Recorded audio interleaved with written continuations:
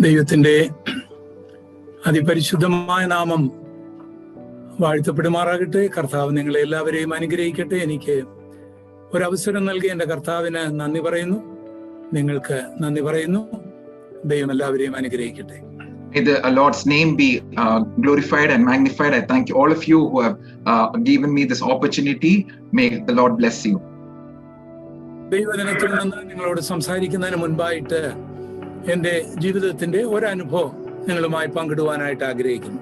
Before I speak from the word of God, I want to share with you one experience in my life with you all. എൻ്റെ വീട് കേരളത്തിൻ്റെ കിഴക്കേറ്റമായ കൊച്ചറ, ഇടുക്കി ഡിസ്ട്രിക്റ്റിലെ കൊച്ചറ എന്ന് പറയുന്ന ഒരു മനോഹരമായ കൊച്ചു ഗ്രാമമാണ്. My home is in the Idukki district of Kerala in a small village called Kochara. അവിടെ പാസ്റ്റർ എംപോലൂസിന്റെ നേതൃത്വത്തിൽ ഒരു കൺവെൻഷൻ നടത്തുവാനായിട്ട് ഞങ്ങൾ തീരുമാനിച്ചു. There, under the leadership of Pastor M. Paulus, we wanted to conduct a convention. അതിനുവേണ്ടിയുള്ള ക്രമീകരണങ്ങൾ ഞങ്ങൾ കൊച്ചറയിൽ ചെയ്തപ്പോൾ അവിടെയുള്ള SNDP-ക്കാര് അവരുടെ ഗുരുമന്ദിരത്തിന് മുൻപിൽ സ്റ്റേജ് കെട്ടി പ്രസംഗിക്കുവാനായിട്ട് ഞങ്ങൾക്ക് കൊച്ചറയിൽ സ്ഥലം അനുവദിച്ചു. When we were making preparations for it, the SNDP party people made a stage for us to preach in front of their great temple. അങ്ങനെ ഞങ്ങൾ അവിടെ ചെയ്തുകൊണ്ടിരിക്കുമ്പോൾ കൊച്ചറയിലുള്ള യാക്കോബക്കാര്, ഒരു ബിസിനസ്സുകാരൻ കുഞ്ഞോയി എന്ന് പറയുന്ന ഒരാൾ പറഞ്ഞു, അദ്ദേഹം അവിടെ ബിസിനസ്സുകാരനാണ്, അദ്ദേഹത്തിന്റെ കടയുടെ മുൻപിൽ ഞങ്ങൾ യോഗം നടത്തിയാൽ കസേര ഫ്രീ ആയിട്ട് തരാം എന്ന് ഓഫർ ചെയ്തു.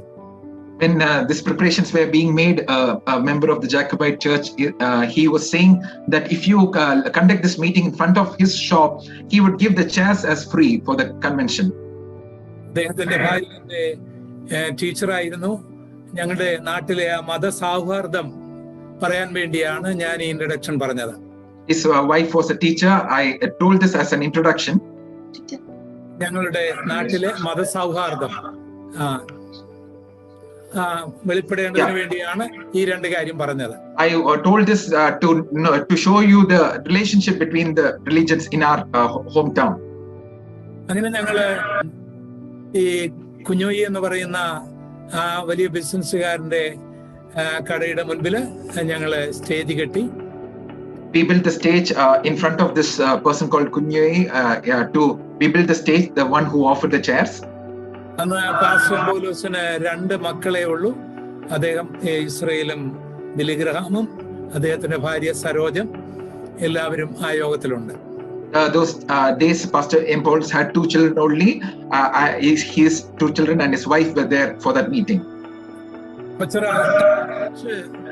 എല്ലാ മേഖലയിൽ നിന്നുള്ള ആൾക്കാർ പ്രസംഗം കേൾക്കാനായിട്ട് വന്നു. From Kochara, all types of people came to hear the word of God. അന്ന് ഞാനായിരുന്നു പ്രസംഗിക്കേണ്ടത്. That day I had to preach the word of God. ഞാൻ ഇങ്ങനെ പ്രാർത്ഥിച്ചുകൊണ്ടിരിക്കുമ്പോൾ എന്റെ മൂത്ത സഹോദരൻ പൊന്നപ്പൻ സ്റ്റേജിന്റെ പുറകിലൂടെ എന്റെ അടുക്കൽ വന്നു. When I was going to preach the word of God, my elder brother Ponnappan came near to me in the stage. അദ്ദേഹം എന്നോട് പറഞ്ഞു, നീ സംസാരിക്കുന്നതിന് മുൻപായിട്ട് എനിക്ക് സംസാരിക്കാൻ അല്പസമയം നൽകണം. He told me like this, that before you speak, you have to give me some time for me to speak. ഞാൻ ആകപ്പാടെ കുഴഞ്ഞു. Then I was wondering what to do. അദ്ദേഹം രക്ഷിക്കപ്പെട്ട ആളല്ല. He was not a saved person. എന്തായിരിക്കും അദ്ദേഹം അവിടെ പറയാൻ പോകുന്നത്? What is he going to tell in front of all those people in that stage? എനിക്കെതിരായിട്ടായിരിക്കുമോ സുവിശേഷത്തിനെതിരായിട്ടായിരിക്കുമോ ഒന്നും എനിക്ക് മനസ്സിലാകുന്നില്ല. Will he be telling against me or against the gospel? I was not understanding what was in his mind. എങ്കിലും ഞാൻ ഓർത്തു, ഞാനാണല്ലോ അതിനുശേഷം പ്രസംഗിക്കാൻ പോകുന്നത്, അദ്ദേഹം സംസാരിക്കട്ടെ എന്ന് തീരുമാനിച്ചു. Anyways, I thought, anyway, I'm going to preach after him. Let him have talks for a few time. അങ്ങനെ എന്റെ ജ്യേഷ്ഠന് സമയം കൊടുത്തു. So we gave time for my elder brother. അദ്ദേഹം സ്റ്റേജിൽ വന്ന മൈക്കിന്റെ മുൻപിൽ നിന്നപ്പോൾ ജനങ്ങളെല്ലാം അത്ഭുതപ്പെട്ടു. He came to the stage, and when he stood in front of the mic, all the people were wondering why he was there. കാരണം ഞങ്ങളുടെ കൊച്ചു ഗ്രാമമാണ്, എല്ലാവർക്കും അങ്ങോട്ടും ഇങ്ങോട്ടും അറിയാം. Because ours was a little village and everyone knew each other. അദ്ദേഹം ഇങ്ങനെ തുടങ്ങി, ഇന്ന് പ്രസംഗിക്കാൻ പോകുന്ന എന്റെ സഹോദരൻ ഗോപാലകൃഷ്ണനെ കുറിച്ച് ചില കാര്യങ്ങൾ പറയാനാണ് ഞാൻ ഇവിടെ നിൽക്കുന്നതെന്ന് അദ്ദേഹം പറഞ്ഞു. So he began like this: I'm going to say some things about this person, Gopalakrishnan, who is going to talk after me. ഞാൻ ഞെട്ടിപ്പോയി. I was very astonished. എന്നിട്ട് അദ്ദേഹം പറഞ്ഞു, ഞാൻ ഒരു സംഭവം നിങ്ങളോട് പറയാൻ പോവുകയാണ്. ഇത് ഇവിടെങ്ങുമല്ല, അങ്ങകലെ പടിഞ്ഞാറ് ആലപ്പുഴ ബോട്ട് ജെട്ടിയിൽ നടന്ന ഒരു സംഭവമാണ് എന്ന് പറഞ്ഞു. He said that it is not here, it is little far away, an incident which happened, I'm going to share with you. ഞങ്ങൾക്കെല്ലാം അത് കേൾക്കാൻ ആകാംക്ഷയായി. So we were all desiring what is he going to say. അദ്ദേഹം പറഞ്ഞു, എന്റെ അച്ഛനും അമ്മയും ഞാനും ഈ ഗോപാലകൃഷ്ണനെല്ലാം യാത്രയ്ക്ക് വേണ്ടി ആലപ്പുഴ ബോട്ട് ജെട്ടിയിൽ വന്നു. He said, my father and my mother, my younger brother and me, we all went to for that Alleppey boat journey. അന്നായി നിങ്ങളുടെ ഇന്നത്തെ പ്രാസംഗികന് 6 മാസം പ്രായം കാണും. That day this preacher would have been just 6 months old. ഞാൻ ആദ്യം കേൾക്കുന്ന കഥയാണത്. So I am hearing the story for the first time. അതുകൊണ്ട് ഞാനും പാസ്റ്റർ പൗലോസും ഒക്കെ ഇങ്ങനെ ശ്രദ്ധിച്ച് കേട്ടോണ്ടിരിക്കുകയാണ്. So me and Pastor Paul are all listening carefully. What is he going to say next? ആ ജനക്കൂട്ടത്തിന്റെ ഇടയിൽ വൃദ്ധനായ ഒരു മനുഷ്യൻ വന്നു. In between the crowd, one old person came. അദ്ദേഹം വന്ന് മുട്ടൽ എഴിഞ്ഞു നടന്ന ഇവനെ, നിങ്ങളുടെ പ്രഭാഷകനെ, ഈ ഗോപാലകൃഷ്ണനെ ഞങ്ങളുടെ അനുവാദം കൂടാതെ കയ്യിലെടുത്തു. He said that a person came in the crowd and the one who was crawling on his knees, he took this Gopalakrishnan on his hands. എന്നിട്ട് അദ്ദേഹം കണ്ണടച്ച് പ്രാർത്ഥിക്കാനായി തുടങ്ങി. Next he started to close his eyes and started praying. അദ്ദേഹത്തിന്റെ കണ്ണിലൂടെ കണ്ണുനീരിങ്ങനെ ഒഴുകുന്നുണ്ടായിരുന്നു. In his eyes there were tears which were rolling down. ഞങ്ങൾക്കൊന്നും മനസ്സിലായില്ല. We didn't understand what was happening that time. അദ്ദേഹത്തിന്റെ പ്രാർത്ഥനയ്ക്ക് ശേഷം കുഞ്ഞിനെ അമ്മയുടെ കയ്യിൽ ഏൽപ്പിച്ചു. After this prayer he handed over the child into the mother's arms. എന്നിട്ട് അദ്ദേഹത്തിന്റെ ബോട്ട് വന്നതുകൊണ്ട് ഓടി ആ ബോട്ടിൽ ചെന്ന് കയറി. He came because his boat came, he went and got into the boat. ആ സന്ദർഭത്തിൽ അദ്ദേഹം ഒരു കൊട പ്രാർത്ഥനയ്ക്ക് എന്നെ എടുത്തപ്പോൾ അവിടെ ഇങ്ങനെ ചാരി വെച്ചിരുന്നു. അത് എടുക്കുവാനായിട്ട് അദ്ദേഹത്തിന് ഓർക്കാൻ കഴിഞ്ഞില്ല. He didn't remember. He had kept one umbrella aside when he took the child in his hands. He did not take it back. He forgot to take it back. ആ കാലത്ത് കൊടയൊന്നും അത്ര ചെറിയ കാര്യമല്ല. Those days having an umbrella is not a small thing. അപ്പോൾ എന്റെ ഈ ജ്യേഷ്ഠന് പറയുകയാണ്, അദ്ദേഹം ഈ കൊടയുമായിട്ട് ആ പ്ലാറ്റ്ഫോമിലേക്ക് ഓടി, അതിന്റെ അറ്റത്തേക്ക് ഓടി. That and this elder brother, he said he took this umbrella and ran towards that platform, towards that edge of the boat. അപ്പോഴേക്കും ആ ബോട്ട് ജെട്ടി വിട്ട് വളരെ അകന്നിരുന്നു. That boat had already left that shore and it had already started moving. ഞാൻ കൊട കാണിച്ചെങ്കിലും ആ വൃദ്ധന് അത് എടുക്കാൻ കഴിയുന്നതിനേക്കാൾ അകലമായിരുന്നത് കൊണ്ട് അദ്ദേഹം പറഞ്ഞു, നിങ്ങൾ എടുത്തുകൊള്ളാൻ പറഞ്ഞു. Even though I showed the umbrella towards him because the distance had already was greater, so he said, you take it, you keep it with you. അങ്ങനെ ഈ നിങ്ങളുടെ ഇന്നത്തെ പ്രസംഗൻ ഗോപാലകൃഷ്ണൻ മുഖാന്തരം ഞങ്ങൾക്ക് ആദ്യമായിട്ട് ഒരു കൊട കിട്ടി. So he said that today, like your preacher, because of this Gopalakrishnan, we got an umbrella for our family. ഇത് കേട്ട് ഞങ്ങൾ ഇങ്ങനെ കോരിത്തരിച്ചിരിക്കുകയാണ്. When we are hearing this, we are quite wondering and astonished what is happening. അദ്ദേഹത്തിന്റെ വാക്കുകൾ conclude ചെയ്തത് ഞങ്ങളെ വളരെ വേദനിപ്പിച്ചു. But the way he ended pained our hearts, Lord. അദ്ദേഹം പറഞ്ഞു, ഞാൻ ഇങ്ങനെയൊക്കെ പറയുന്നെങ്കിലും ഞാൻ നിങ്ങളുടെ കൂടെ വരുമെന്ന് പ്രതീക്ഷിക്കണ്ട എന്ന് പറഞ്ഞിട്ട് സ്റ്റേജിൽ നിന്ന് ഇറങ്ങിപ്പോയി. He said, even though I say all these things, don't think that I will join with you all. He went off from the stage. അന്നത്തെ പ്രശ്നം കഴിഞ്ഞ് ഞാൻ എൻ്റെ വീട്ടില് ഒരു 1.5 ഫർലോങ്ങേ ഉള്ളൂ. വീട്ടിൽ വളരെ ആകാംക്ഷയോടെ എനിക്ക് വേണ്ടി പ്രാർത്ഥിച്ച ആ വൃദ്ധനെ കുറിച്ച് അറിയാനായിട്ട് എൻ്റെ ജ്യേഷ്ഠന്റെ അടുക്കൽ ചെന്നു. Day after preaching, my house is very nearby. I was desiring who was this old man who preached, who prayed for me with such a burden. So I went to ask my elder brother. ഞാൻ ചോദിച്ചു, എനിക്ക് വേണ്ടി പ്രാർത്ഥിച്ച ആ വൃദ്ധന്റെ പേരെന്താണ്, അദ്ദേഹം എവിടെയാണ് താമസിക്കുന്നത് എന്ന് ചോദിച്ചു. I went and asked him, who was that old man who prayed for me? Where is he staying? എന്റെ ജ്യേഷ്ഠൻ ഒന്ന് പുഞ്ചിരിച്ചിട്ട് പറഞ്ഞു, നമ്മൾ ആദ്യം കാണുന്ന ഒരു മനുഷ്യനാണ്, അദ്ദേഹത്തിന്റെ പേരോ നാടോ ഒന്നും അറിഞ്ഞുകൂടാ. He said, we are seeing that old man for the first time. I don't know his name or where he is staying. ഞാനപ്പോൾ ചോദിച്ചു, അദ്ദേഹത്തിന്റെ രൂപം എങ്ങനെ ഇരിക്കും കണ്ടാൽ? Then I asked him, what will be his form? If we see him, how will he look like? വയറുവരെ നീണ്ടു കിടന്നിരുന്ന താടിമീശ ഉണ്ടായിരുന്നെന്നും ആ താടിമീശയെല്ലാം നല്ല വെളുത്ത് നരച്ചിരുന്നെന്നും പക്ഷേ നല്ല ആരോഗ്യമുള്ള ഒരു മനുഷ്യനായിരുന്നുവെന്നും എന്റെ ജ്യേഷ്ഠൻ പറഞ്ഞു. My elder brother described him as a very healthy man, having a white beard and a big abdomen, and he was describing him like that. അപ്പൊ ഞാൻ കണക്കൂട്ടി നോക്കിയപ്പോൾ ഒരു 80 വയസ്സ് ഒരു പക്ഷേ അദ്ദേഹം അപ്പോൾ കാണാം. So I was, when I was counting, he might have been around 80 years old. അങ്ങനെയാണെങ്കിൽ ഇപ്പോൾ ജീവനോട് കാണുവാൻ സാധ്യതയില്ല. That means at that current time he may not be even alive. എനിക്ക് അദ്ദേഹത്തെ കർത്താവിന്റെ സന്നിധിയിൽ ചെന്ന് കാണുവാനേ ഒക്കൂ. So I can only go and see him in the presence of God. ഞാൻ പറഞ്ഞു വരുന്നത്, what am I coming to say to you? ഞാനൊരു ഹൈന്ദവ കുടുംബത്തിൽ ജനിച്ചതുകൊണ്ട് എന്നെ ദൈവസന്നിധിയിൽ സമർപ്പിക്കുവാൻ എന്റെ മാതാപിതാക്കൾക്ക് അറിഞ്ഞുകൂടായിരുന്നു. Because I was born in a Hindu family, to dedicate myself in the presence of God, my parents did not know about it. ദൈവം ഒരു ബോട്ട് ജെട്ടിയിൽ, ആ പ്ലാറ്റ്ഫോമിൽ എന്റെ സമർപ്പണ ശുശ്രൂഷ നടത്താൻ ഒരു ദൈവഭക്തനെ അയച്ചു. But God brought a great man of God, an old person, to do a dedication service in that place near the boat. എനിക്ക് 6 മാസം പ്രായമുള്ളപ്പോൾ ഞാൻ ആരായിത്തീരുമെന്ന് ദൈവത്തിന്റെ വെളിപ്പാട് ശിമോനെ പോലെ അദ്ദേഹത്തിന് ലഭിച്ചു കാണും. When I was 6 months old, who I'm going to become, he would have got a vision like Simon got in Bible. ഞാൻ ആരാകുമെന്ന് എനിക്കോ എന്റെ മാതാപിതാക്കൾക്കോ അറിവില്ലാതിരുന്ന കാലത്ത് ആ ഭക്തന്റെ കണ്ണിന്റെ മുൻപിലുള്ള തിരശ്ശീല, അപ്പോക്കാലിപ്സ് മാറ്റി ആ വെളിപ്പാട് കൊടുത്തത് കൊണ്ടായിരിക്കും അദ്ദേഹം പ്രാർത്ഥിച്ചപ്പോൾ കരഞ്ഞത്.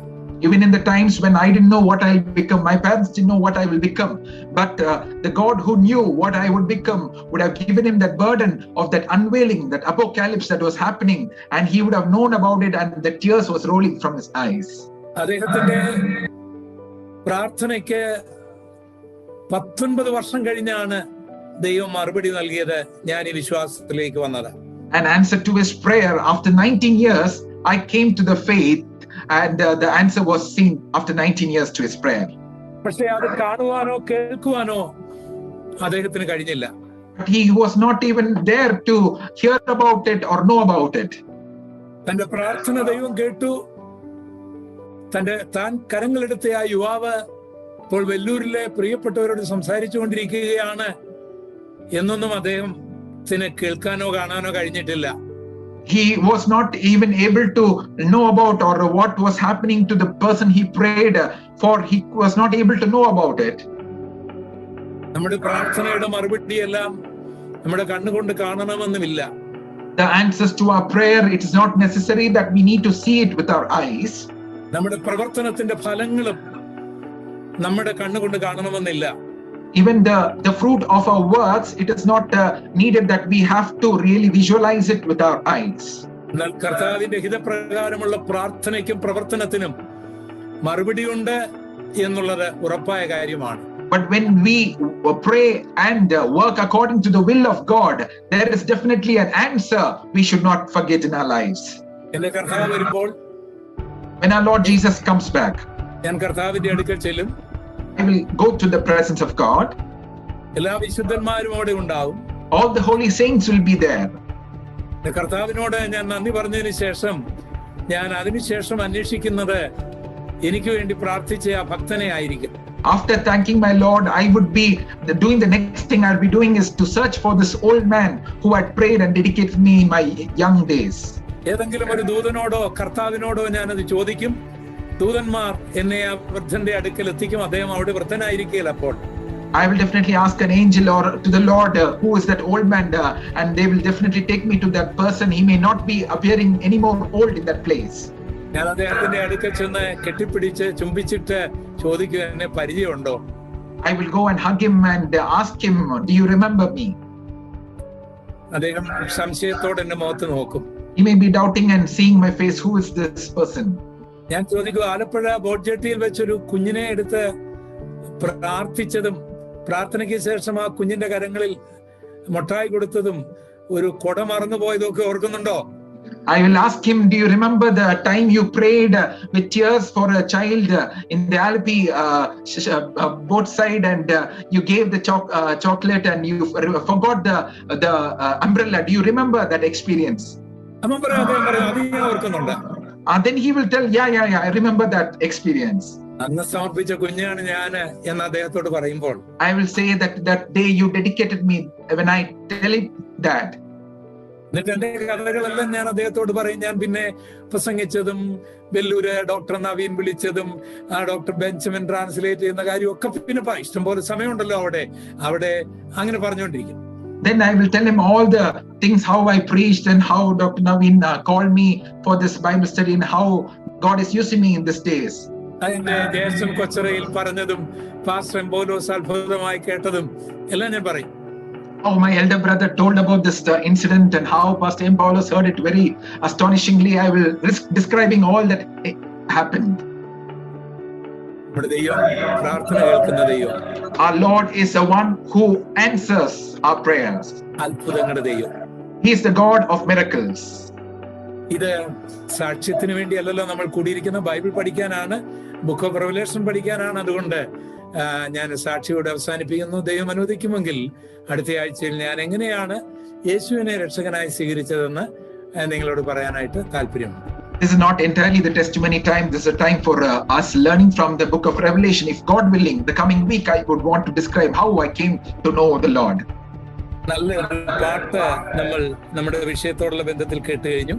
We have heard a wonderful song relating to our subject today. വെളിപ്പാട് പുസ്തകത്തിലെ മഹത്വപൂർണനായ കർത്താവിനെ കുറിച്ചാണ് കഴിഞ്ഞ ആഴ്ച നമ്മൾ ചിന്തിച്ചത്.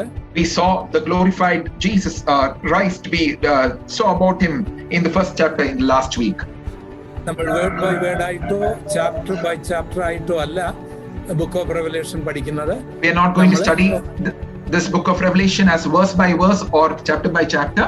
നമ്മൾ സബ്ജക്റ്റ് ബൈ സബ്ജക്റ്റ് ആയിട്ടാണ് വെളിപ്പാട് പുസ്തകം പഠിക്കുന്നത്. We're going to go ahead subject by subject in this book of Revelation.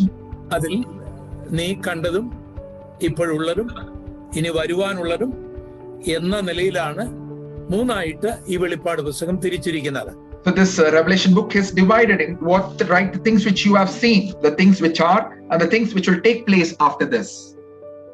അതിൽ ഒന്നാം അധ്യായം യോഹന്നാൻ യേശുവിനെ കണ്ടത്. First chapter, what the Apostle John saw about Jesus Christ. രണ്ടും മൂന്നും അധ്യായങ്ങളിൽ ഇപ്പോഴുള്ള അല്ലെങ്കിൽ ഈ കൃപായുഗത്തിലുള്ള സഭയെക്കുറിച്ചുള്ള വെളിപ്പാട്. Second and third chapter, what is happening now. That means in this grace dispensation about the churches. കൃപായുഗത്തിന് ശേഷം സഭായുഗത്തിന് ശേഷം നടക്കാനുള്ള കാര്യങ്ങൾ 4 മുതൽ 22 വരെയുള്ള അധ്യായങ്ങൾ. Chapters 4 to 22, what is going to happen after the dispensation of grace in this world is what is described here. ഈ വിഭജനം നമ്മുടെ മനസ്സിൽ വെച്ചാൽ വെളിപ്പാട് പുസ്തക വ്യാഖ്യാനത്തില് തെറ്റുവരാതിരിക്കും. This division, when we have it in our mind, the interpretation of Revelation becomes easier. ഏത് കാലഘട്ടത്തിലുള്ള കാര്യമാണ് നമ്മളെ സംബന്ധിച്ചിടത്തോളം ഭൂതകാലം, വർത്തമാനകാലം, ഭാവി കാലവുമായി ബന്ധപ്പെട്ടതാണ് ഈ വെളിപ്പാട് പുസ്തകം. We want to understand from this book of Revelation what is happening in the past, present and future. ആ ഒരു നിലയിൽ നമ്മുടെ മനസ്സിലുണ്ടെങ്കിൽ മാത്രമേ നമുക്ക് മനസ്സിലാക്കാൻ ഒക്കൂ. Only when we have this kind of division in our mind, we will be able to fully understand this book. വെളിപ്പാട് പുസ്തകം 1-13 മുതലുള്ള ഭാഗങ്ങൾ ഞാൻ ആദ്യമായിട്ട് മലയാളത്തിൽ വായിക്കാം. അതിനുശേഷം somebody may read in English. Revelation chapter 1 verse 13 onwards we will read. പൊൻനിലവിളക്കുകളെയും നിലവിളക്കിടെ നടുവിൽ നിലയങ്കി ധരിച്ച് മാറത്ത് പൊൻകച്ച കെട്ടിയവനായ മനുഷ്യപുത്രനോട് സദൃശ്യനായവനെയും കണ്ടു. അവന്റെ തലയും തലമുടിയും വെളുത്ത പഞ്ഞി പോലെ ഹിമത്തോളം വെള്ളയും കണ്ണ് അഗ്നിജാലയ്ക്ക് ഒത്തതും കാൽ ഉലയിൽ ചുട്ടുപഴിപ്പിച്ച വെള്ളോട്ടിന് സദൃശവും. അവന്റെ ശബ്ദം പെരുവെള്ളത്തിന്റെ ഇരച്ചിൽ പോലെയുമായിരുന്നു. അവന്റെ വലം കൈയിൽ 7 നക്ഷത്രങ്ങളുണ്ട്. അവന്റെ വായിൽ നിന്ന് മൂർച്ചയേറിയ ഇരുവായ്ത്തിലുള്ള വാൾ പുറപ്പെടുന്നു. അവന്റെ മുഖം സൂര്യൻ ശക്തിയോട് പ്രകാശിക്കുന്ന പോലെ ആയിരുന്നു. അവനെ കണ്ടിട്ട് ഞാൻ മരിച്ചവനെ പോലെ അവന്റെ കാൽക്കൽ വീണു. അവൻ വലം കൈ എന്റെ മേൽ വെച്ച് ഭയപ്പെടേണ്ട, ഞാൻ ആദ്യനും അന്ത്യനും ജീവനുള്ളവനുമാകുന്നു. ഞാൻ മരിച്ചവനായിരുന്നു, എന്നാൽ ഇന്ന് ഇതാ എന്നേക്കും ജീവിച്ചിരിക്കുന്നു. മരണത്തിന്റെയും പാതാളത്തിന്റെയും താക്കോൽ എന്റെ കൈവശമുണ്ട്. നീ കണ്ടതും ഇപ്പോൾ ഉള്ളതും ഇനി സംഭവിക്കാനിരിക്കുന്നതും എന്റെ വലം കൈയിൽ കണ്ട 7 നക്ഷത്രത്തിന്റെ മർമ്മവും 7 പൊൻനിലവിളക്കിന്റെ വിവരവും എഴുതുക. Yes, please read in English, please. Verse 13 onwards. In the midst of the 7 lampstands, one like the Son of Man, clothed with a garment down to the feet, and girded about the chest with a golden band. His head and his hair were white like wool, as white as snow, and his eyes like flames of fire. His feet were like fine brass, as if refined in a furnace, and his voice as the sound of many waters. He had in his right hand 7 stars. Out of his mouth went a sharp 2-edged sword, and his countenance was like the sun shining in its strength. And when I saw him, I fell at his feet as dead. But he laid his right hand on me, saying to me, "Do not be afraid. I am the first and the last. I am he who lives and was dead, and behold, I am alive forevermore. Amen. And I have the keys of Hades and death. Write the things which you have seen, and the things which are, and the things which will take place after this. The mystery of the 7 stars which you saw in my right hand, and the 7 golden lampstands. The 7 stars are the angel of the 7 churches, and the 7 lampstands which you saw are the 7 churches." എത്ര അത്ഭുതകരമായ ഒരു പ്രഖ്യാപനം, എത്ര അതിശയകരമായ ഒരു കാഴ്ച. What a miraculous and a wondrous description and a vision that John is showing us. ലോകത്തിൽ അനേകം മഹാന്മാർ എല്ലാ തലങ്ങളിലും, രാഷ്ട്രീയ തലങ്ങളിലും, മത തലങ്ങളിലും, ശാസ്ത്രീയ തലങ്ങളിലും, മെഡിക്കൽ തലങ്ങളിലും ഒക്കെ ഉണ്ടായിട്ടുണ്ട്. In the world, there have been lot of people, leaders in different realms, in religious, political, and medical, and various fields. ജനകോടികൾ അവരുടെ ജീവിതകാലത്ത് അവരുടെ അനുഗാമികളായി തീർന്നിട്ടുണ്ട്. Millions of people have been their followers. തമിഴ്നാട്ടിലെ MG രാമചന്ദ്രന്റെയും ജയലളിതയുടെയും ഒക്കെ കാലഘട്ടത്തിൽ ജനലക്ഷങ്ങളാണ് അവരുടെ അനുഗാമികളായിട്ട് ഉണ്ടായിരുന്നത്. In the days of Dr. M.G. Ramchandran, Jayalalitha, those days many millions of followers followed them. അവരുടെയൊക്കെ മരണത്തിന് ശേഷം അവരുടെ അനുഗാമികളെ കാണാൻ അവർ വന്നിട്ടില്ല. Those followers did not come to see them after they were dead. ഞാനിപ്പോഴും ഓർക്കുന്ന മറീന ബീച്ചില് MG രാമചന്ദ്രന്റെ ശവസംസ്കാരം നടക്കുമ്പോൾ വിളിച്ചു പറഞ്ഞുകൊണ്ടിരുന്നത്, നമ്മളെല്ലാവരും സ്വർണം മണ്ണിൽ നിന്ന് കുഴിച്ചെടുക്കുന്നു, ഇവിടെ നമ്മൾ സ്വർണത്തെ മണ്ണിൽ കുഴിച്ചിടാൻ പോകുന്നു എന്നായിരുന്നു.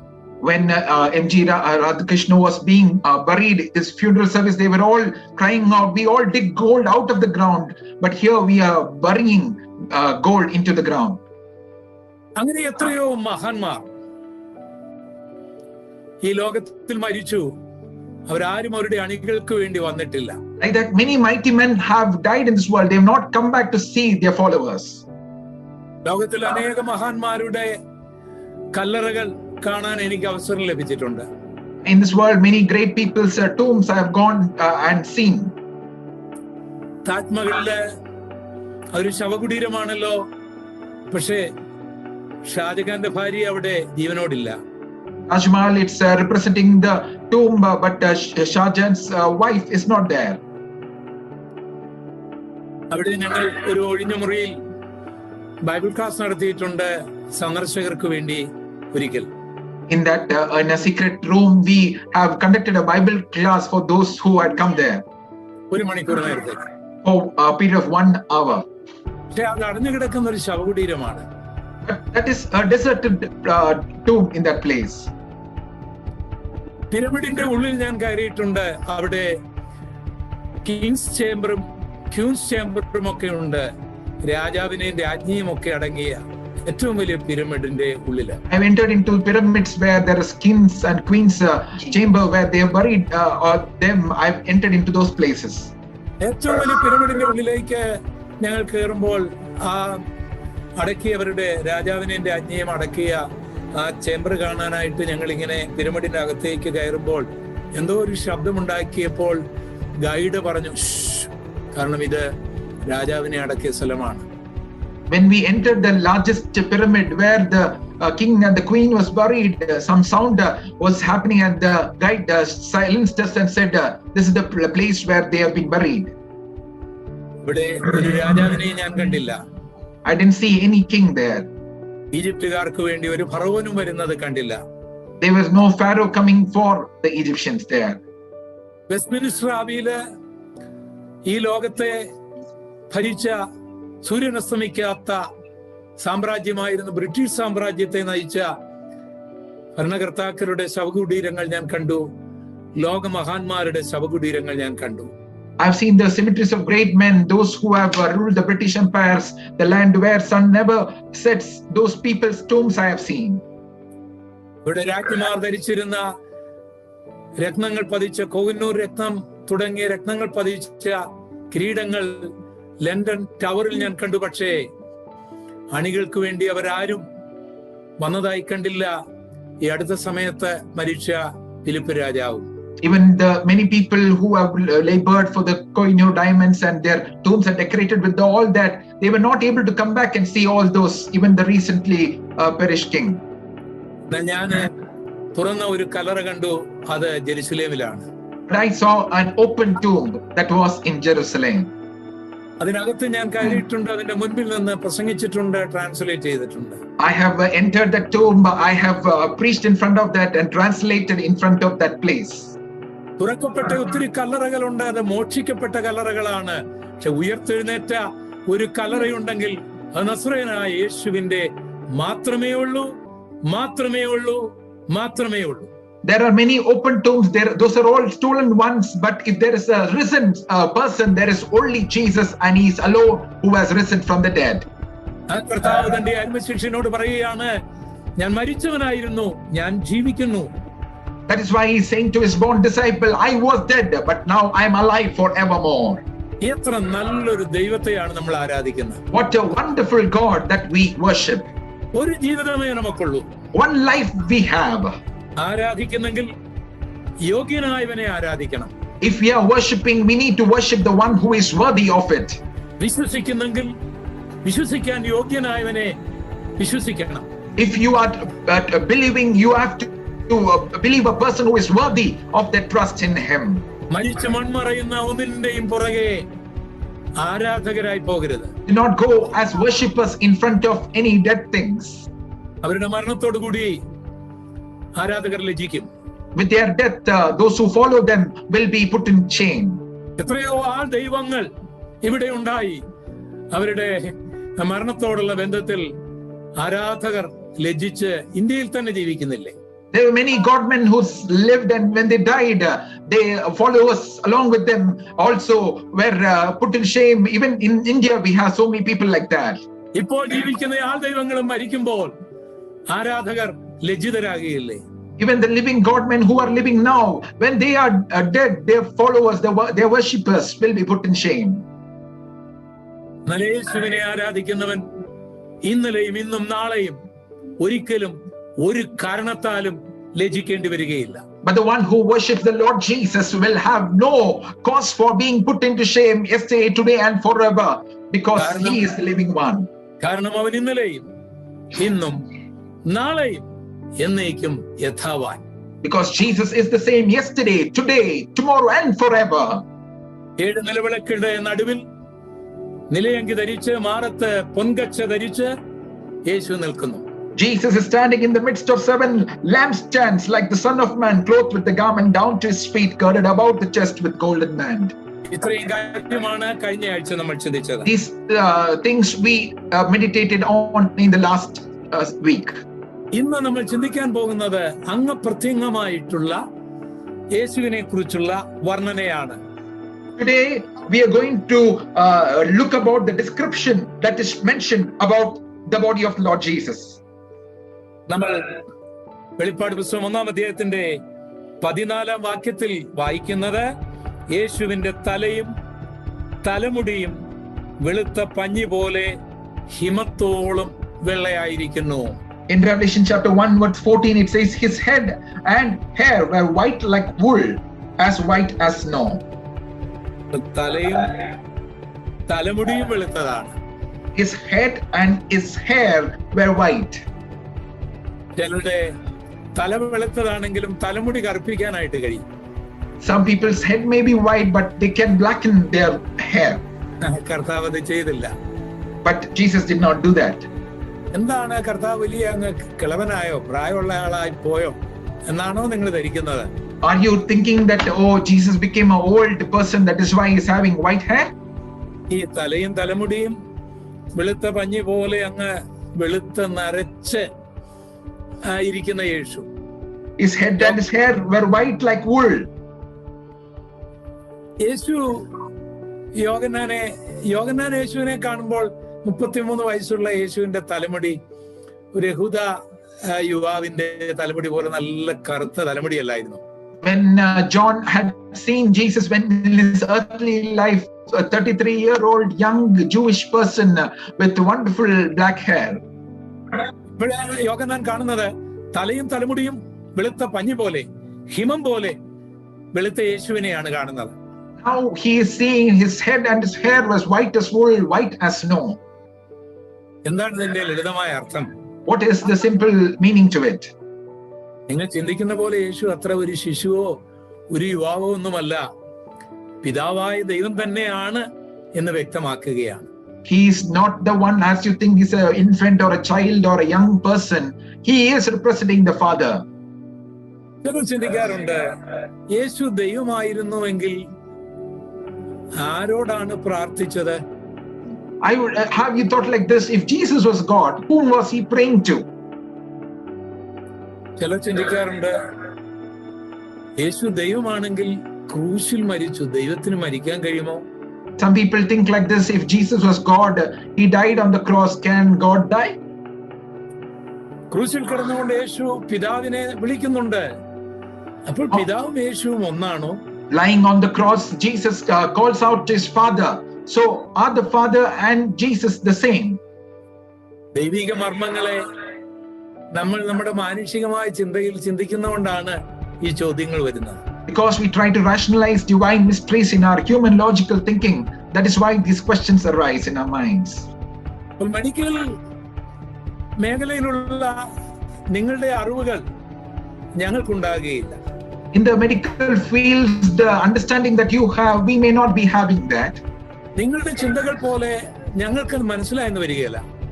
The way that you think and understand, we may not be able to understand in that depth. അറിയണമെങ്കിൽ ആ മെഡിക്കൽ മേഖലയിലേക്ക് വരണം.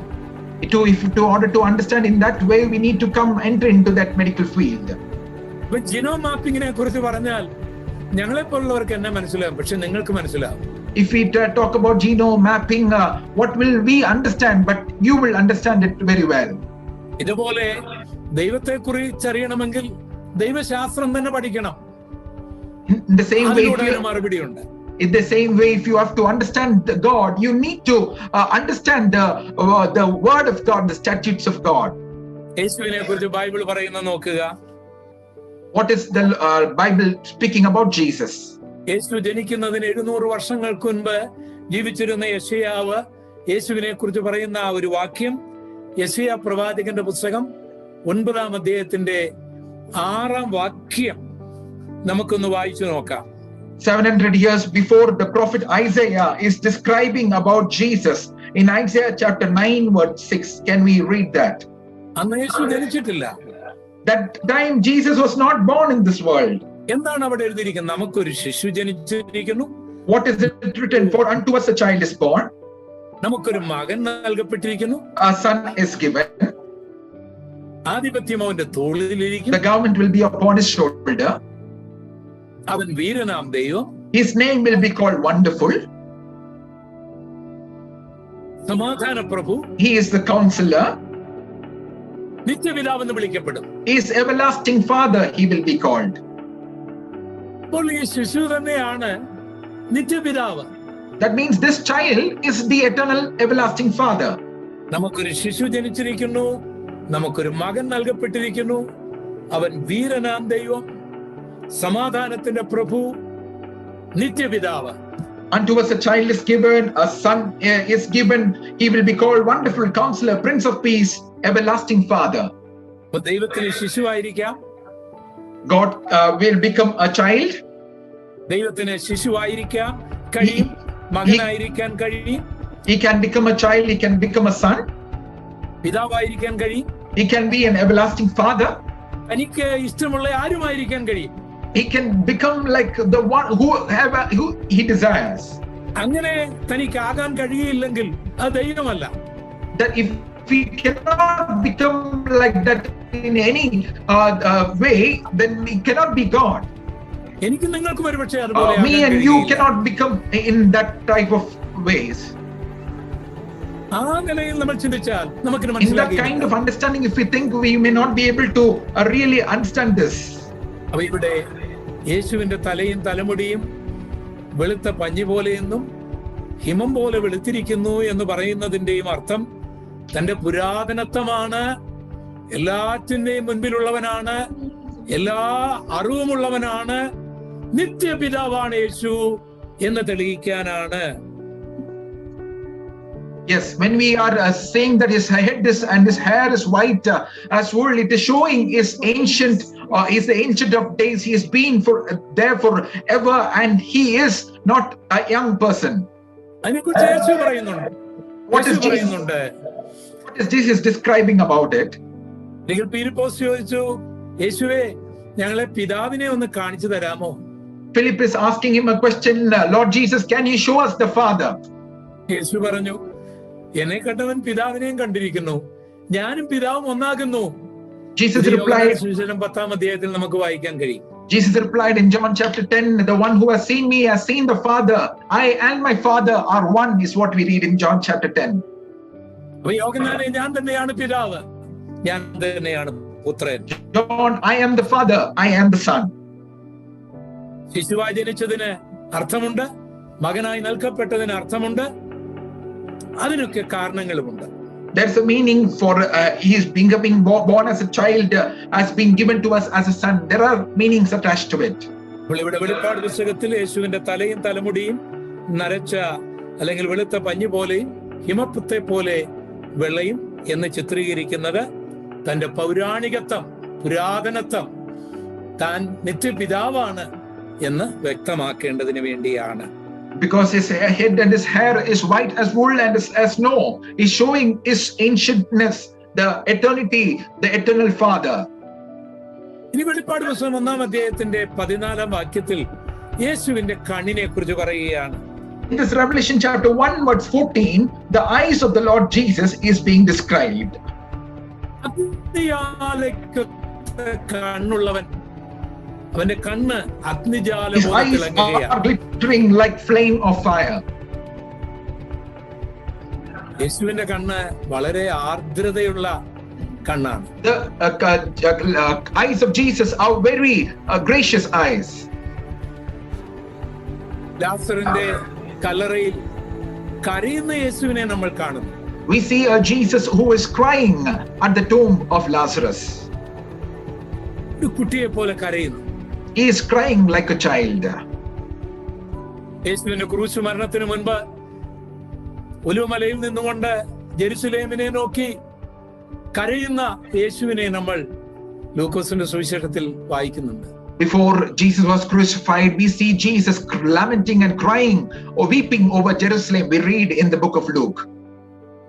കരയുന്നത് ബലഹീനതയൊന്നുമല്ല. Crying does not signify that he is weak.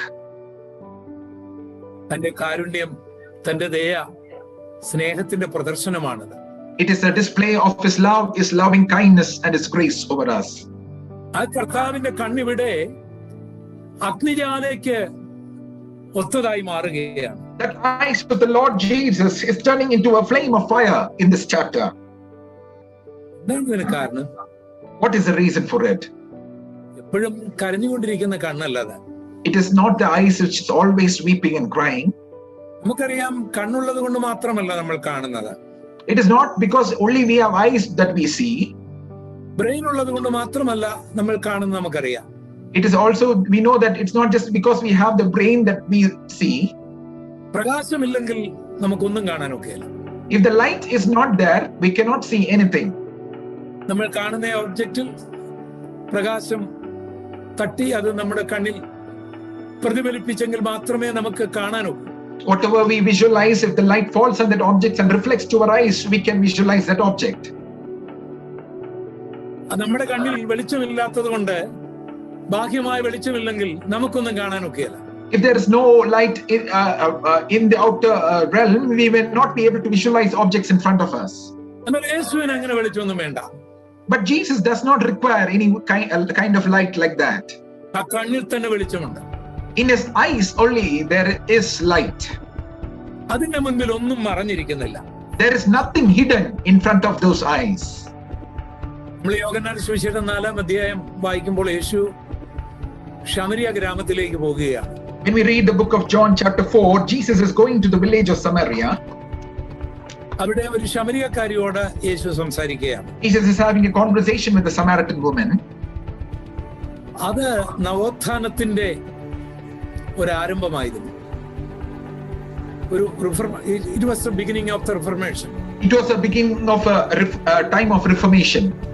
അത് കാരണം ആ കാലങ്ങളിൽ ആരും അങ്ങനെ ശമരിയരുടെ ഗ്രാമത്തിൽ പോകുകയില്ല. Those days no one was being a Jew who used to go to anywhere near Samaria. കാരണം അശൂർ ഭരണകാലത്ത് ഇസ്രയേലിന്റെ അന്നത്തെ ക്യാപിറ്റൽ ആയിരുന്ന ശമരിയ പിടിച്ചെടുക്കുകയും അവിടെ അശൂർ നിവാസികളെ കൊണ്ടുപോയി താമസിപ്പിക്കുകയും പിന്നീട് ന്യായപ്രമാണം പഠിപ്പിക്കുകയും ഒക്കെ ചെയ്ത ഒരു സങ്കരവർഗം ആൾക്കാർ അവിടെ ഉണ്ടായി. അവരാണ് ശമരിയക്കാർ. In the days of Assyrian emperor's rule, there were the capital of Jerusalem. This Samaria was captured, and the people of Assyria were inhabited that land, and they were taught about the laws of God. അതുകൊണ്ട് ശമരിയയിലുള്ളവർ ഒറിജിനലായിട്ടുള്ള യഹൂദന്മാരല്ല, അവരൊരു സങ്കരവർഗക്കാരാണ് എന്ന കാരണത്താൽ ഒരു യഹൂദൻ ശമരിയയിൽ പോകുകയില്ല. So the people of Samaria were not really Jewish in nature. They were a mixed group of people. So the Jewish people did not have any relations or going to that place of Samaria. അവരുടെ ഗ്രാമത്തിൽ പോലും പോകുകയില്ല. Even they used to not even pass through that village. അങ്ങനെ ഒരു കാലഘട്ടത്തിൽ യേശു പരസ്യമായിട്ട് തന്നെ ശമരിയ ഗ്രാമത്തിലേക്ക് പോകുകയാണ്. In those times, Jesus, as a public display, is going through that village of Samaria.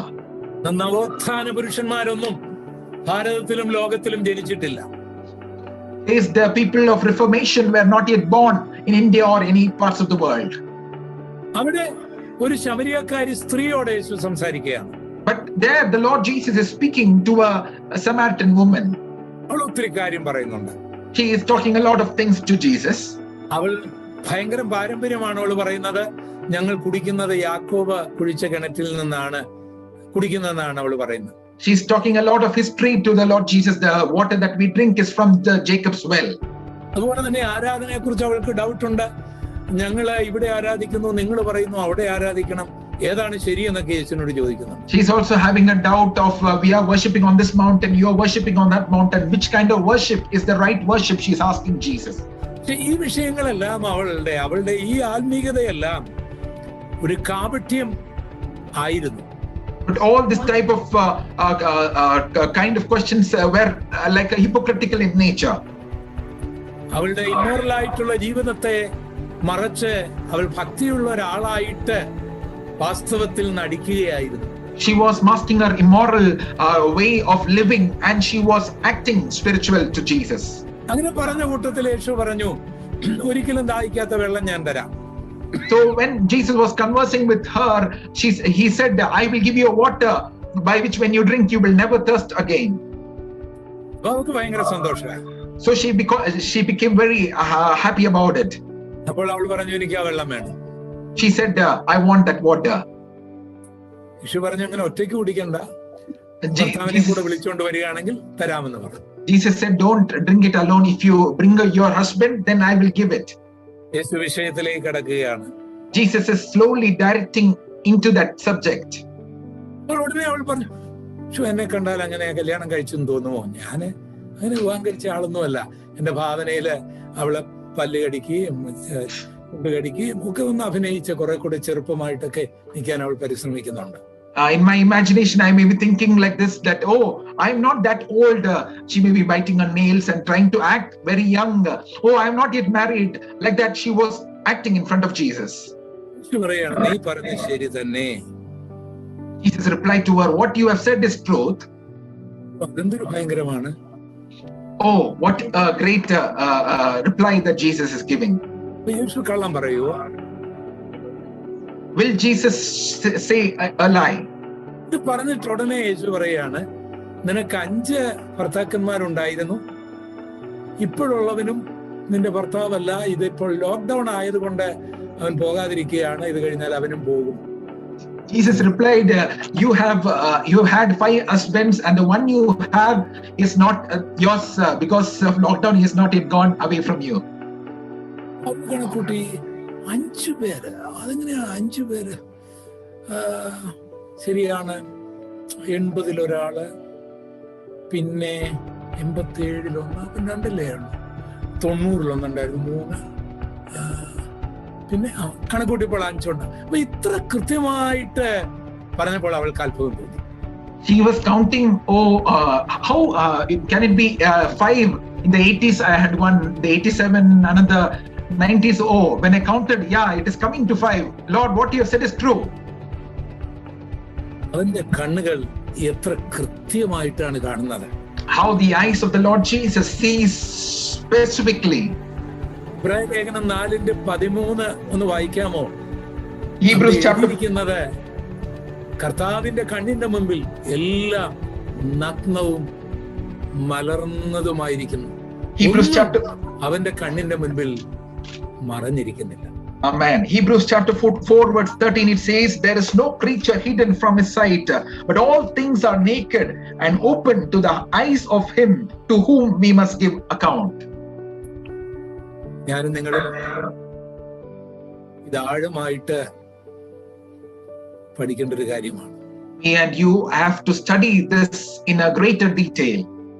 ഇവിടെ ഒരു സഹോദരി പ്രാർത്ഥിച്ചപ്പോൾ നമ്മളിത് പഠിച്ചൊരു അറിവുണ്ടാക്കുകയല്ല, കർത്താവുമായിട്ടുള്ള ഒരു റിലേഷൻ, ഒരു ബന്ധം സ്ഥാപിക്കുക. അതാണ് ഈ ക്ലാസ് കൊണ്ട് നമ്മൾ പ്രധാനമായിട്ട് ഉദ്ദേശിക്കുന്നത്.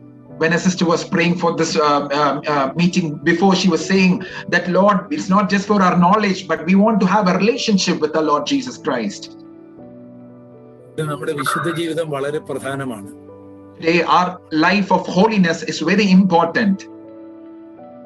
നമുക്ക് ആരുടെയും മുൻപിൽ മറയ്ക്കാൻ കഴിയും. We can cover or hide in front of anyone. അഗ്നിജാലയ്ക്കൊത്ത കണ്ണുള്ള കർത്താവിന്റെ മുൻപിൽ എനിക്കും നിങ്ങൾക്കും ഒന്നും മറയ്ക്കാൻ കഴിയുകയില്ല.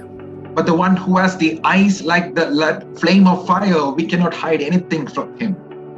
ഈ അവബോധം എനിക്ക് നിങ്ങൾക്കും ഉണ്ടെങ്കിൽ, this realization if we have each one of us, ഏത് സാഹചര്യങ്ങളിലും നമുക്ക് പിടിച്ചു നിൽക്കാൻ കഴിയും. In whatever situation you can stand firm in the Lord. യോസഫ് പൊത്തിഫേറിന്റെ ഭവനത്തിൽ ജോലിക്കാരനായിരിക്കുന്ന സമയത്ത് ഒരു അവിവാഹിതനായ നല്ലൊരു ചെറുപ്പക്കാരനാണ്, ആരോഗ്യമുള്ള ഒരു ചെറുപ്പക്കാരൻ. When Joseph was a slave in the Potiphar's household, he was a very young, unmarried, handsome person, very healthy. അവന്റെ മനുഷ്യൻ എന്നുള്ള നിലയിൽ, ഒരു പുരുഷൻ എന്നുള്ള നിലയിൽ എല്ലാ ആഗ്രഹങ്ങളും വിചാരങ്ങളും ഉള്ള ഒരു ചെറുപ്പക്കാരനായിരുന്നു.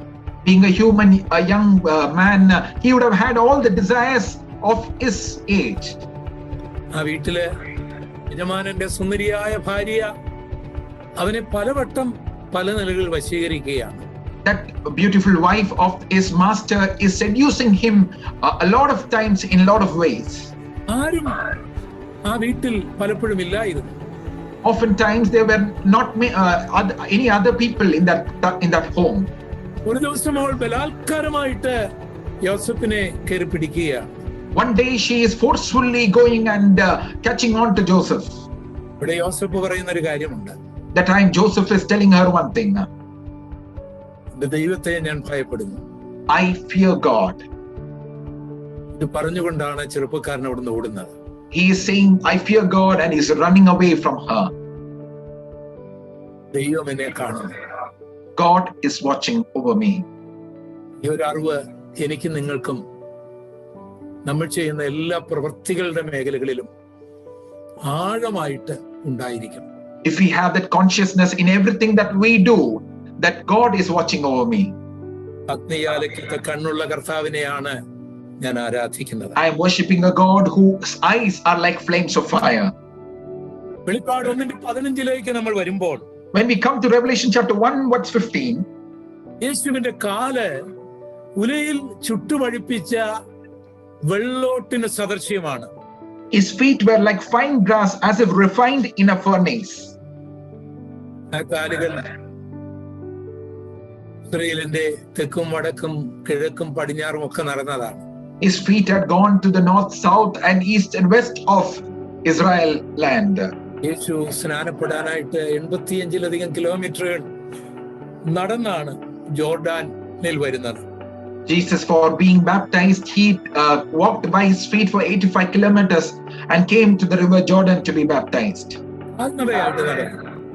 He had come as an alone. Oftentimes he walked in this land. In that feet is what the Romans had nailed him in the cross.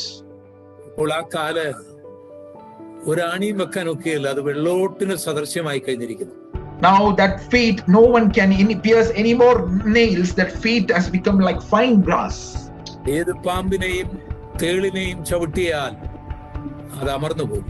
Whatever serpents or scorpions, if it tramples on, it will have to bow down. Jesus won over Satan on the cross. He disarmed him and put him to shame on the cross. He took off him the keys of hell and death. He was resurrected. That feet are like fine brass. No snake can stand before it. No scorpion can stand before that feet. It will not fear anything. Oh, child of God,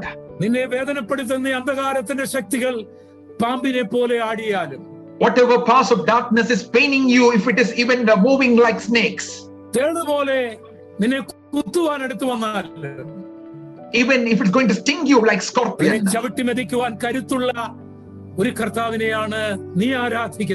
there's a powerful feet which is able to overcome that kind of God you are worshipping. Hallelujah. Hallelujah. Hallelujah. Hallelujah. Do not fear about anything. I am with you. Do not be surprised. I am always with you.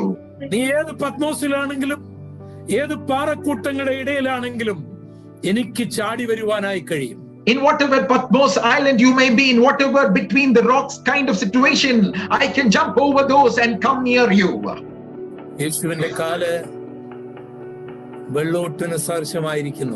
The feet of Jesus is like the furnished bronze. It's in verse 15 it says about the voice of our Lord Jesus. His voice is as the sound of many waters. We have heard the sound of many waters. പെരുവെള്ളത്തിന്റെ ശബ്ദം ഞാൻ കേട്ടിട്ടുണ്ട്. I have gone in might of great waters, even like Niagara Falls. പക്ഷേ ആ ശബ്ദമൊന്നുമല്ല ഈ ശബ്ദം. But there is no voice comparing to those kind of voice compared to what John is mentioning here.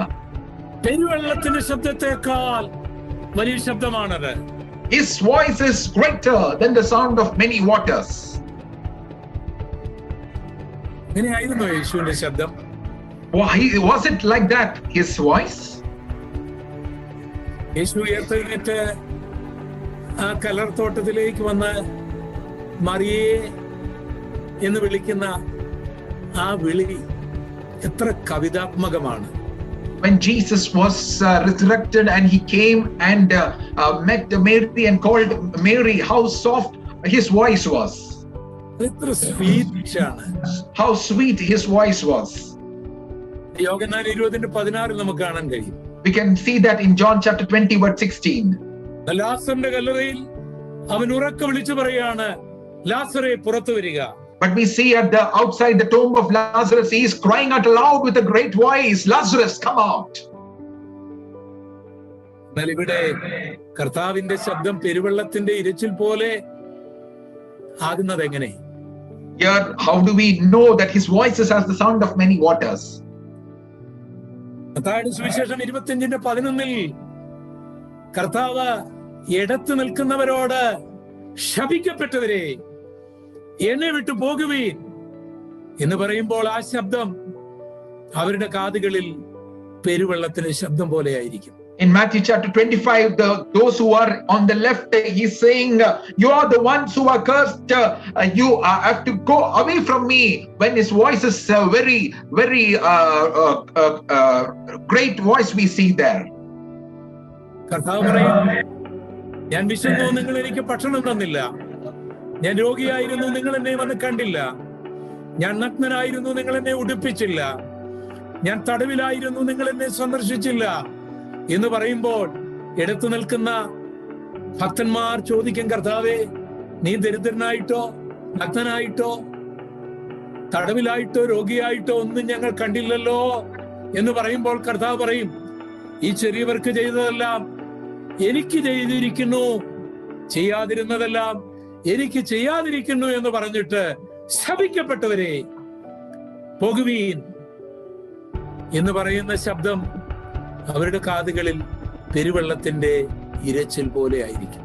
When the Lord Jesus says, I was hungry and you gave me no food, I was thirsty, you gave me no drink, I was a stranger and you did not take me in, naked and you did not clothe me, sick and in person and you did not visit me.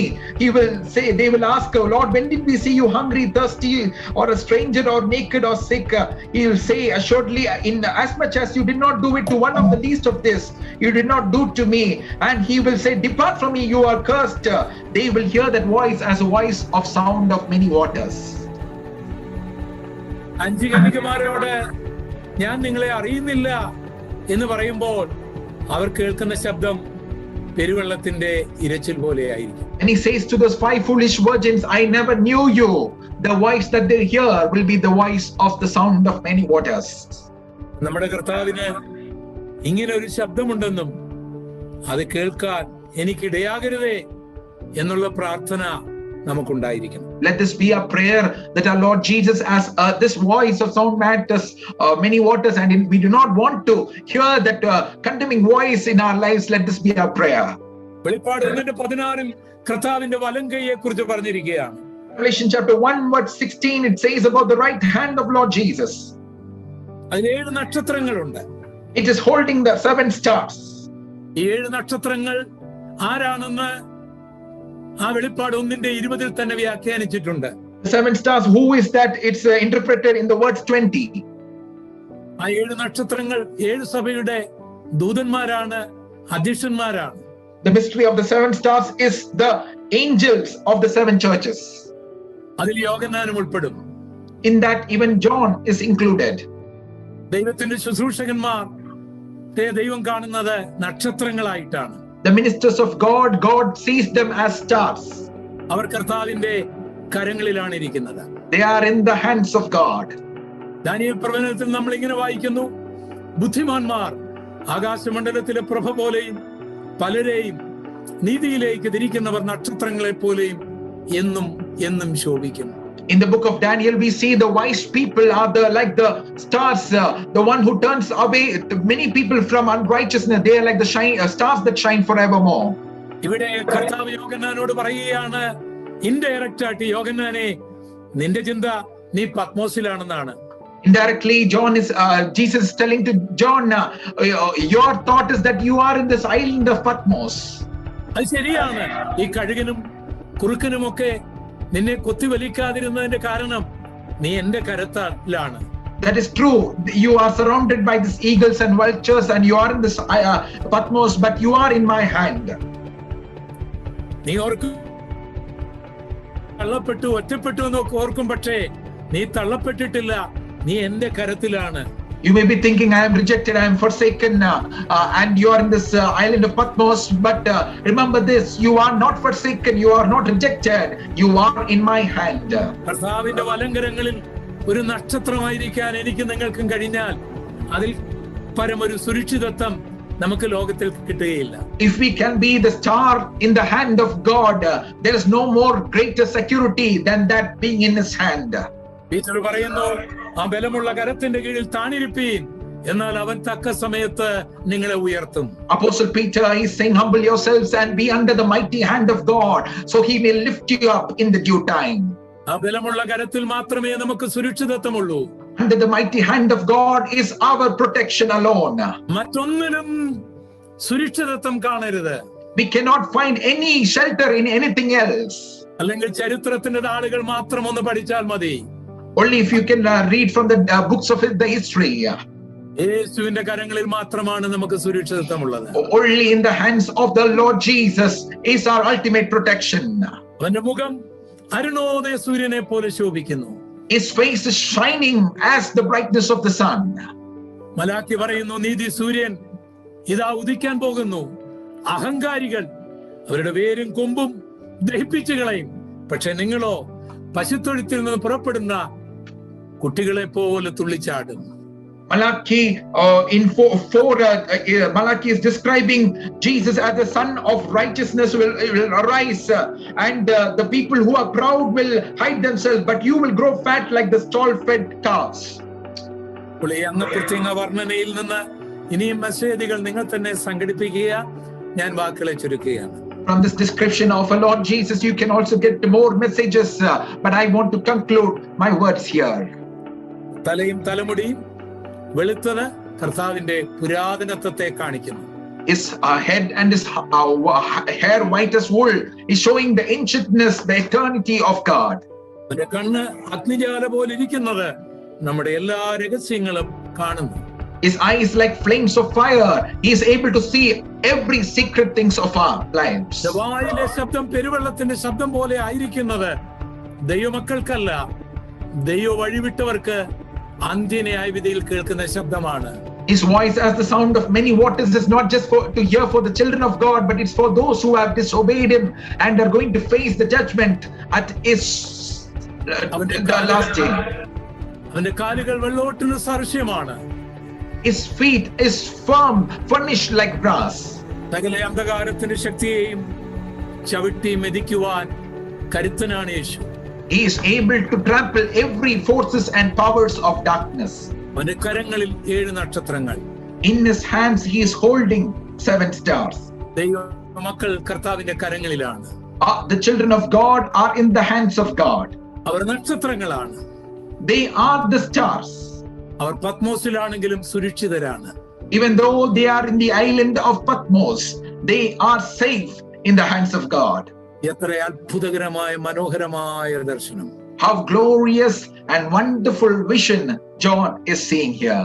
അഗ്നിജ്വാലയ്ക്കൊത്ത കണ്ണുള്ള, മാറത്ത് പൊൻകച്ച ധരിച്ച, വെള്ളോട്ടിന് സദൃശ്യമായ കാലുള്ള 7 നക്ഷത്രങ്ങളെ വലങ്കരങ്ങളിൽ വഹിക്കുന്ന, നിലയങ്ക് ധരിച്ച് മാറത്ത് പൊൻകച്ച കെട്ടി, തലയും തലമുടിയും വെളുത്ത ഹിമം പോലെ, മുഖശോഭ അരുണോദയ സൂര്യനെ പോലെ ആയിരിക്കുന്ന കർത്താവ് നിങ്ങളെ ധാരാളമായി അനുഗ്രഹിക്കട്ടെ എന്ന് പറഞ്ഞുകൊണ്ട് ഇന്നത്തെ ക്ലാസ് ഞാനിവിടെ അവസാനിപ്പിക്കുന്നു. ദൈവം അനുവദിക്കുമെങ്കിൽ അടുത്ത ആഴ്ചയിലും നമുക്ക് ഒന്നിച്ചു കൂടാം.